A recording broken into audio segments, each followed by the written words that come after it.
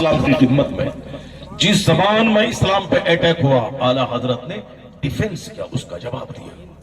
حضور کے معجزات پہ، سرکار کے علم غیب پہ، حضور کی نورانیت پہ، سرکار کے کمالات پہ، اسلام کی تعلیمات پہ، یعنی جس شکل میں جس طرح سے خیروں نے حملہ کیا، اعلیٰ حضرت نے بالکل سینہ سپر ہو کر ایک مجاہد بن کر اس کا جواب دیا۔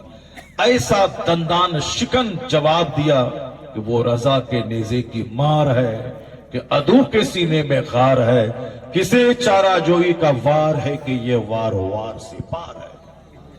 اعلیٰ حضرت نے اپنے قیمتی وقت کو اسلام کی خدمت کے لیے لگا دیا، تو آج اللہ نے اس کا یہ انعام دیا ہے کہ امریکہ میں رضا رضا، ہالینڈ میں رضا رضا، آسٹریلیا میں رضا رضا، اسکول کالج میں رضا، یہاں تک کہ گاؤں دیہات کے جاہلوں کاشتکاروں کی زبان پہ رضا، مسجدوں کے نام میں رضا، مدرسوں کے نام میں رضا، خانقاہوں کے نام میں رضا، ہر طرف رضا رضا کا جو جلوہ آج ہے، جیسے کسی کہنے والے نے کہا لگ رہا ہے وادی رضا کی کوہ ہمالا رضا کا ہے، جس سمت دیکھیے وہ علاقہ رضا کا ہے۔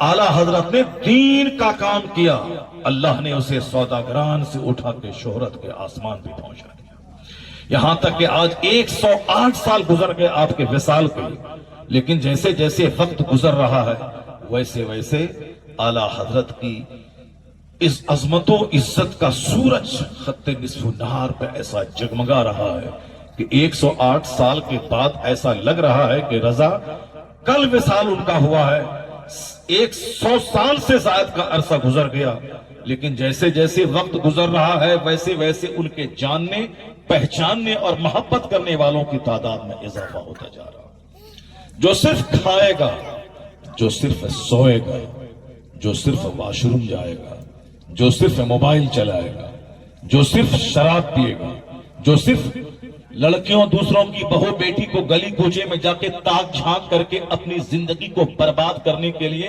وہ عشق اور محبت کی کہانی رچے گا، اس کی صحت جائے گی، اس کی عزت جائے گی، وہ اپنی زندگی کے ساتھ دھوکہ کر رہا ہے، وہ اپنے خاندان اور باپ دادا کی عزت، ان کے ناموس کو مٹی میں ملا رہا ہے۔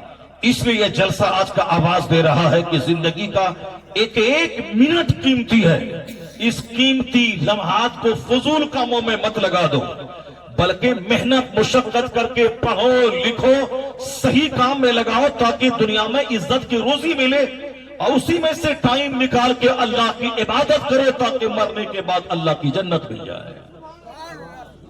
وہی کامیاب ہے جسے دنیا میں اچھی روزی ملے، جسے دنیا میں عزت ملے اور مرنے کے بعد اللہ کی جنت ملے۔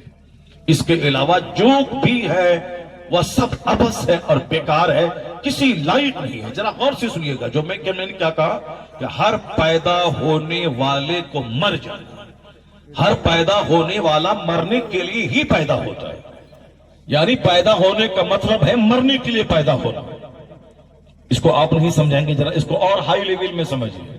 سرکار غوث اعظم رضی اللہ تعالیٰ عنہ جس کے ماننے والے ہم لوگ قادری ہیں، آج کروڑوں قادری، عبد القادر سے قادری ہے، قادری، اب ہم لوگ غوث پاک کا لنگر، غوث پاک کی فاتحہ دلاتے ہیں، سارے ولیوں کے سردار غوث اعظم ہیں، بڑے پیر روشن ضمیر۔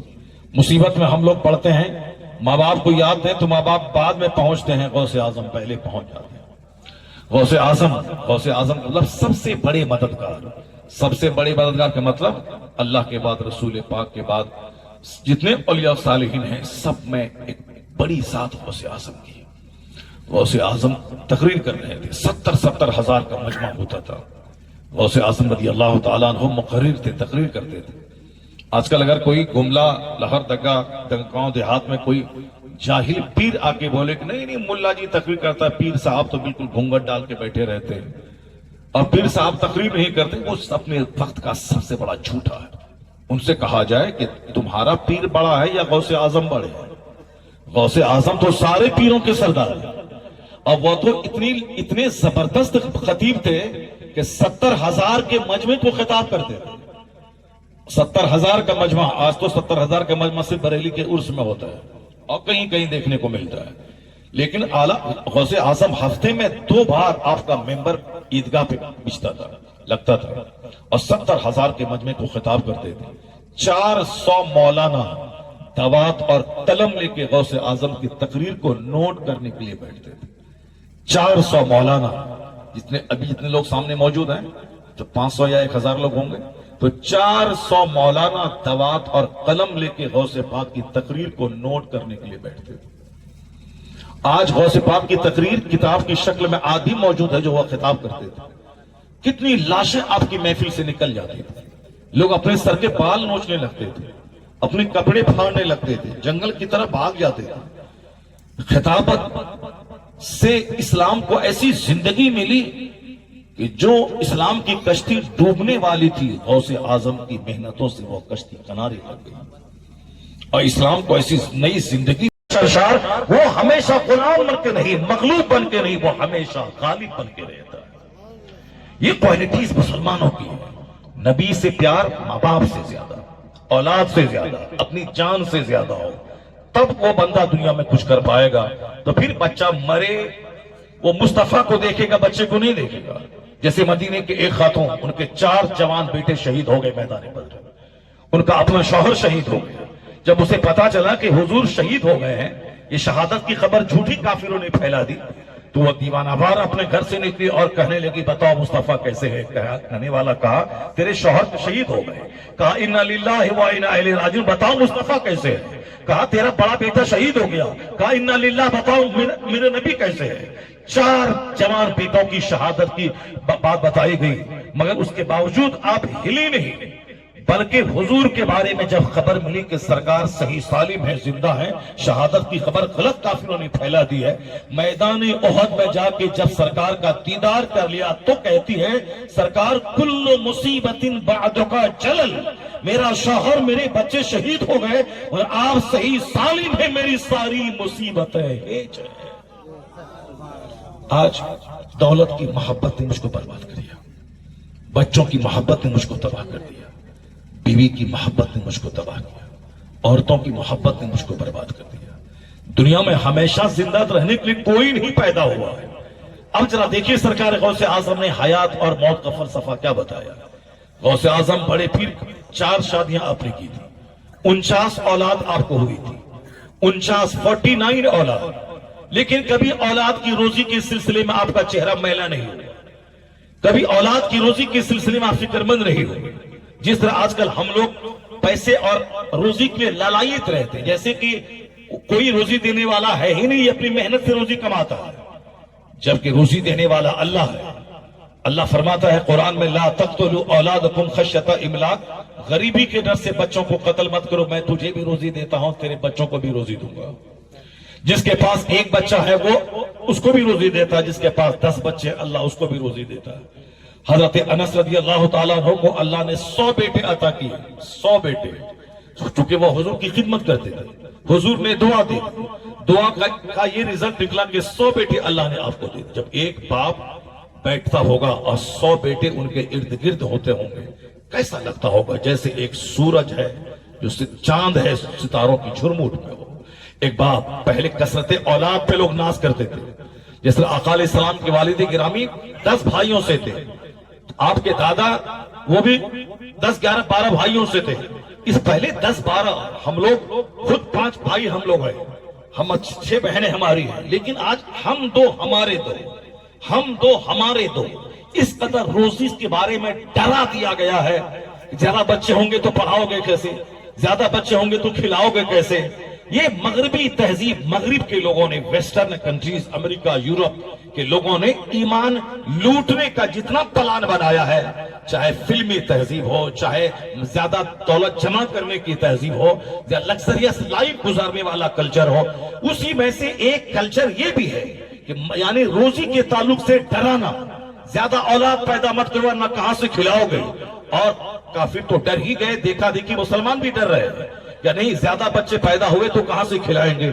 اللہ کیا کہہ رہا ہے، روزی دینے والا رب کیا کہہ رہا ہے، کوئی مطلب نہیں۔ ان کافروں کو دیکھ دیکھ کر ان کا چہرہ میلا ہو رہا ہے، یہ بھی نماز روزے چھوڑ کر چند سکے کمانے کے پیچھے لگا ہوا ہے، جبکہ قرآن شریف میں درجنوں جگہوں پہ ہے لا تقتلوا اولادکم خشیۃ املاق، غریبی کے ڈر سے بچوں کو قتل مت کر، میں تجھے بھی روزی دیتا ہوں، تیرے بچوں کو بھی روزی دوں گا۔ اللہ فرماتا ہے وما من دابۃ فی الارض الا علی اللہ رزقها، زمین پر چلنے والا کوئی چوپایا ایسا نہیں ہے جس کی روزی کا ذمہ اللہ نے نہ لیا ہو۔ اللہ فرماتا ان اللہ هو الرزاق ذو القوۃ المتین، اللہ زبردست روزی دینے والا۔ اللہ کہتا ہے واللہ یرزق من یشاء بغیر حساب، اللہ جسے چاہتا ہے بے حساب روزی دیتا ہے، جس کے لیے چاہتا ہے گھٹا دیتا ہے۔ پہلے زمانے میں 1,000 بیگھہ زمین جوتے تھے، لیکن لوگ سال بھر تک کے لیے چاول نہیں اپجا سکتے تھے، لیکن آج 1 بیگھہ زمین میں گھر کے 50 لوگ آرام سے کھاتے پیتے ہیں۔ تو جب آبادی کم تھی تو اسی حساب سے فصلیں پیدا ہوتی تھی، اور جب آبادی زیادہ ہو گئی اسی حساب سے کم زمین میں تھوڑی زمین میں زیادہ فصلیں اللہ عطا فرماتا ہے۔ تو اللہ تبارک و تعالی ہی دنیا چلانے والا اور ہمیشہ وہی چلائے گا۔ مغربی تہذیب فلمی تہذیب سے متاثر ہو کر مسلمان کبھی روزی کی فکر نہ کرے، بلکہ روزی پہ نظر نہ رہے، نظر رزاق پہ رہے۔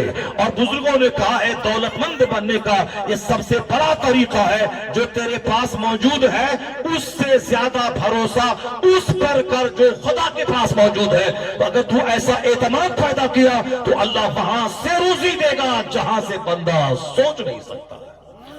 وَمَن يَتَّقِ اللَّهَ يَجْعَل لَّهُ مَخْرَجًا وَيَرْزُقْهُ مِنْ حَيْثُ لَا يَحْتَسِبُ، جب بندہ اللہ سے ڈرتا ہے، گناہوں سے بچتا ہے، تو اللہ تعالیٰ مشکل سے نکلنے کا راستہ پیدا فرما دیتا ہے اور وہاں سے روزی دیتا ہے جہاں سے بندہ سوچ نہیں سکتا۔ روزی کی تلاش نے میرے چہرے کا رنگ اجاڑ دیا، روزی کی تلاش نے مجھ سے نماز چھڑوا دی، روزی کی تلاش نے مجھ کو مدرسے میں پڑھنے نہیں دیا۔ مدرسے میں پڑھے گا تو کتنا کمائے گا؟ انجینئر، ڈاکٹر، پروفیسر بنو تاکہ نوکری ملے گی، 2-4 لاکھ روپے کمائے گا۔ اس کے بعد کیا کرے گا؟ ایک چھوٹا سا گھر بنائے گا، ایک چھوٹی سی کار خریدے گا، پھر 70-80 سال کی عمر ہونے کے بعد، ریٹائر کرنے کے بعد 1 درجن بیماری پیدا کر کے بلڈ پریشر ہائی، شوگر اور آرتھرائٹس سب لے کے ڈاکٹر کے پاس آتا جاتا رہے گا 10 سال تک، یعنی اسی ذلت کی حالت میں اچانک چکر آئے گا اور مرے گا، پھر قبر میں سڑنے کے لیے چلا جائے گا۔ یعنی دنیا کی چھوٹی سی زندگی کے لیے یہ 30 سال تک پڑھتا رہا، روزانہ 18 گھنٹے اسٹڈی کرتا رہا تاکہ انجینئر بنے، 2 پیسہ کمائے، چھوٹا سا گھر بنائے، چھوٹی سی گاڑی خریدے، اس کے بعد 1 درجن بیماری میں گرے، جمع شدہ پیسے سے علاج کروائے، پھر ذلت کے ساتھ مر جائے۔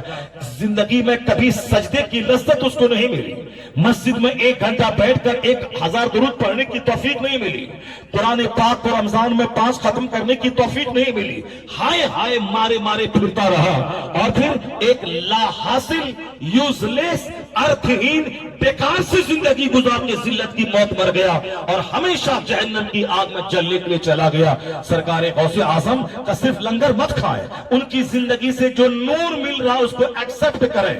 غوث اعظم کے پاس 4 بیویاں تھیں، اور کبھی گھر میں جنگ نہیں ہوئی، لڑائی نہیں ہوئی، طلاق کی دھمکی نہیں ہوئی، کبھی آپ گھر سے باہر نہیں سوئے، کبھی بیوی کو میکے نہیں بھگایا۔ 4 بیویاں، ایک بیوی میں رتم جتم ہے، مار پیٹ ہے، چیخ پکار ہے، گھر سے باہر بھگا دینا ہے، میکے بھیج دینا ہے، طلاق کی دھمکی دینا ہے، نہیں ہوا تو طلاق دے کے نکال دینا ہے، پھر 10 سال تک جیل میں جا کے سڑنا ہے، اور چھوٹے چھوٹے بچوں کی زندگی کے صحت اور آرام میں آگ لگا دینا ہے، اپنے غصے کی ضد میں آ کر اپنے بچوں کی زندگی برباد کر دینی ہے۔ جبکہ صبر اور تحمل جہاں ہے وہاں سکون ہے، جہاں دھیریہ ہے وہاں سکون ہے، جہاں پیشنس ہے وہاں سکون ہے۔ کہا حضور نے کہ عورتیں ٹیڑھی پسلی سے پیدا ہوئی ہیں، اسے سیدھا کرنے کی کوشش مت کرنا، اگر سیدھا کرنا چاہو گے تو ٹوٹ جائے گی، اور ٹوٹنا طلاق ہے، اور یہ بہت کام کی چیز ہے۔ یہ ٹیڑھی پسلی سے پیدا ہوئی ہے تو کیا مطلب؟ جب حضور نے کہہ ہی دیا کہ اس سے اچھا سلوک کرتے ہوئے اپنے گھر کو خوشحال بنانے کے لیے صبر چاہیے، تحمل چاہیے، دھیریہ چاہیے، غصے کو پاؤں کے نیچے دفن کر دو، پھر تیرا گھر بالکل گلاب کی طرح مہکتا رہے گا، تیرے بال بچے مسکراتے رہیں گے، پھر غصہ کس بات کا ہے؟ پھر تاؤ کس بات کا ہے؟ پھر اپنی بیوی صرف نازک ایک کمزور مخلوق سے لڑائی کس بات کی ہے؟ جو اپنی بیوی سے لڑتا ہو اور دوسرے لوگوں سے باہر سماج میں جا کے ڈرتا ہو، یہ کوئی مرد نہیں، مرد وہ ہے جو باہر عزت پائے مردوں کے بیچ میں اور اپنے گھر میں اپنی عورتوں کے بیچ میں اپنے صبر اور تحمل کی تصویر بن جائے تو پھر وہ 90-80 سال کا ہو جائے گا، نہ طلاق کی نوبت آئے گی، نہ گھر ٹوٹے گا، بلکہ وقت بڑھتا جائے گا، گھر کا ماحول مسکراتا رہے گا۔ صبر سے گھر مسکراتا ہے، تحمل سے گھر مسکراتا ہے، پیشنس سے گھر مسکراتا ہے، دھیرج سے گھر مسکراتا ہے، غصے کو پاؤں کے نیچے دفن کرتے ہیں۔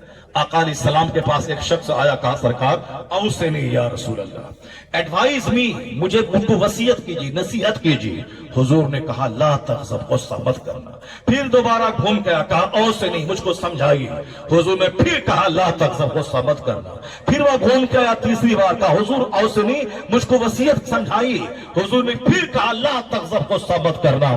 یعنی 3 بار ہی ریپیٹیڈ ہز کوشچن تھرائس، 3 بار اس نے اپنے کوشچن کو دہرایا اور ہر بار حضور نے یہی کہا غصہ مت کرنا، غصہ مت کرنا، غصہ مت کرنا۔ اس میں حضور کا امتحان بھی لے رہا تھا، کہیں ایک ہی سوال بار بار کرنے سے حضور غصے میں تو نہیں آ جا رہے، مگر سرکار کی صفت یہ تھی کہ بندہ جتنا غصہ دلاتا تھا حضور کی نرمی بڑھتی چلی جاتی تھی۔ حضور کے اخلاق حمیدہ میں سے، اوصاف حمیدہ میں سے ایک بڑا وصف یہ تھا کہ جو غصہ دلاتا تھا حضور کی نرمی بڑھ جاتی تھی۔ اور آقا علیہ السلام نے بیان سے فرمایا کہ غصہ مت کرنا، چونکہ غصے سے گھر تباہ ہوتا ہے، اولاد تباہ ہوتی ہے، سماج تباہ ہوتا ہے، زندگی میں بندہ تنہا رہ جاتا ہے۔ اور جہاں نرمی ہے وہاں خدا کی مہربانی ہے، جہاں نرمی ہے وہاں ماحول پیس کا ہے، جہاں نرمی ہے محبت کا ماحول ہے۔ تو نفرت کو مٹانے کے لیے غصے کو مٹانا ہوگا، محبت کو لانے کے لیے غصے کو مٹانا ہوگا، نرمی لانا ہوگا۔ حضور فرماتے ان اللہ رفیق یحب الرفق فی کل امر، سرکار فرماتے ہیں کہ اللہ رفیق ہے اور نرمی کو پسند کرتا ہے، ہر معاملے میں نرمی کو پسند فرماتا ہے۔ اللہ تعالیٰ نرمی پہ اتنا دیتا ہے جتنا سختی پہ نہیں دیتا ہے۔ نرمی نہ ہونے کی وجہ سے گھر تباہ ہو گئے۔ غوث اعظم کے پاس 4 بیویاں تھیں، لیکن کبھی نہ لڑائی ہوئی، کبھی نہ جھگڑا ہوا۔ کیوں؟ کہ غوث اعظم سرکار دو جہاں کی سنتوں کے زبردست عامل تھے۔ آقا علیہ السلام کے پاس 11 بیویاں ہیں، لیکن ہر بیویاں یہ سمجھتی تھی کہ سرکار مجھ سے سب سے زیادہ محبت کرتے ہیں۔ سبحان اللہ۔ آقا علیہ السلام یہ ایسا نہیں کہ حضور نے کوئی معجزہ دکھلا کے یا ڈانٹ ڈپٹ کر کے یا خوب ڈھیر پیسہ دے کے بیویوں کا دل جیت لیا تھا، نہیں، وہاں تو خرچی کے تعلق سے تو ساری بیویاں آپ کی ایک بار انہوں نے میٹنگ کر کے آپ سے مطالبہ کیا تھا کہ خرچہ کم ہے، خرچ میں اضافہ کر دیا جائے۔ تو اللہ تبارک و تعالیٰ نے اپنے محبوب سے کہا کہ آپ کہہ دیجئے ان لوگوں سے کہ اگر تم خرچی کا زیادہ مطالبہ کر رہی ہو اور تم الگ ہونا چاہتی تو الگ ہو جاؤ، اللہ تم سے اچھی بیوی اپنے حبیب کو دے دے گا۔ اگر حضور کے ساتھ رہنا چاہتی ہو تو پھر اسی میں صبر کے ساتھ رہنا پڑے گا۔ تو آپ کی ساری بیویوں نے میٹنگ کی، سیدہ عائشہ رضی اللہ تعالیٰ عنہ کے ساتھ ساری بیویوں نے کہا کہ نہیں، مجھے دنیا نہیں، مجھے آخرت چاہیے، آخرت چاہیے۔ تو انہوں نے تو ایسا، سرکار کے گھر میں تو چولہے میں آگ ایک مہینے تک آگ نہیں سلگتی تھی۔ سیدہ عائشہ رضی اللہ تعالیٰ عنہ فرماتے ہیں رأیت الہلال ثم رأیت الہلال الاخری، میں ایک چاند دیکھتی، دوسرے مہینے کا چاند دیکھتی، تیسرے مہینے کا چاند دیکھتی، شہرین متتابعین، لگاتار 2 مہینے گزر جاتے اور حضور کے گھر والوں کے چولہے میں آگ نہیں سلگتی تھی، آگ نہیں سلگتی تھی۔ آج ہم مصطفیٰ کے غلام ہیں، تھوڑی سی رزق کی تنگی ہوئی تو اول فول بکتے ہیں، کبھی اپنے پیغمبر کی زندگی کا مطالعہ گھر میں نہیں کیا۔ گھر میں مطالعہ ہے کس کا؟ گھر میں ہم تو نیتاؤں کو پڑھتے ہیں، کرکٹر کو پڑھتے ہیں، گھر میں اپنے سماج کے غیر مسلموں کو پڑھتے ہیں، اپنے سماج کے مالداروں کو پڑھتے ہیں، ہم اپنے گھر میں ہیرو کو پڑھتے ہیں، ہمارے بال بچے امیتابھ کا نام جانتے ہیں، ہمارے بال بچے، ہماری بچیاں کرینہ کیٹنا، ہیما مالنی کا نام جانتی ہیں، ہمارے بچیاں صرف یہ جانتی فلاں ڈاکٹر بنا کروڑوں کما لیا، فلاں انجینئر بنا اربوں کما لیا، فلاں خوب کماتا ہے، اپنے ساس سسر سب کو دیتا ہے تاکہ بچہ بھی جوان ہو تو وہ اتنا کمائے کہ ماں باپ کو بھول کے ساس سسر کو دینے لگے۔ ہم نے اپنے کان سے سنا، ہمارا ایک رشتہ دار وہ ہم سے کہہ رہا تھا کہ فلاں آدمی بہت کما رہا ہے، لاکھوں کما رہا ہے اور ہر تہوار کے موقع پر اپنے ساس سسر اپنے سسرال والوں کو خوب کپڑے دیتا ہے، خوب گفٹ دیتا ہے۔ یہ نہیں بولا ہم سے کہ اپنی ماں اپنے باپ، اپنے بھائی، اپنی بہن، اپنے غریب رشتہ داروں کو خوب مدد کرتا ہے. نہیں، یہ ہم سے بولا کہ وہ اپنے ساس کو، سسر کو، سالی کو، سب کو خوب دیتا ہے. یعنی سسرال والوں. اب ظاہر سی بات ہے، جب بچوں کے سامنے سب چرچا ہوگا، یہ بچوں کا کومل دماغ تو اس کو امیٹیٹ نقل کرے گا، وہی اسی طرح کی کوالٹی اپنے اندر پیدا کرنا چاہے گا. چونکہ بچوں کا دماغ نقال ہوتا ہے، نقل کرنے کی صلاحیت اس میں ہوتی ہے.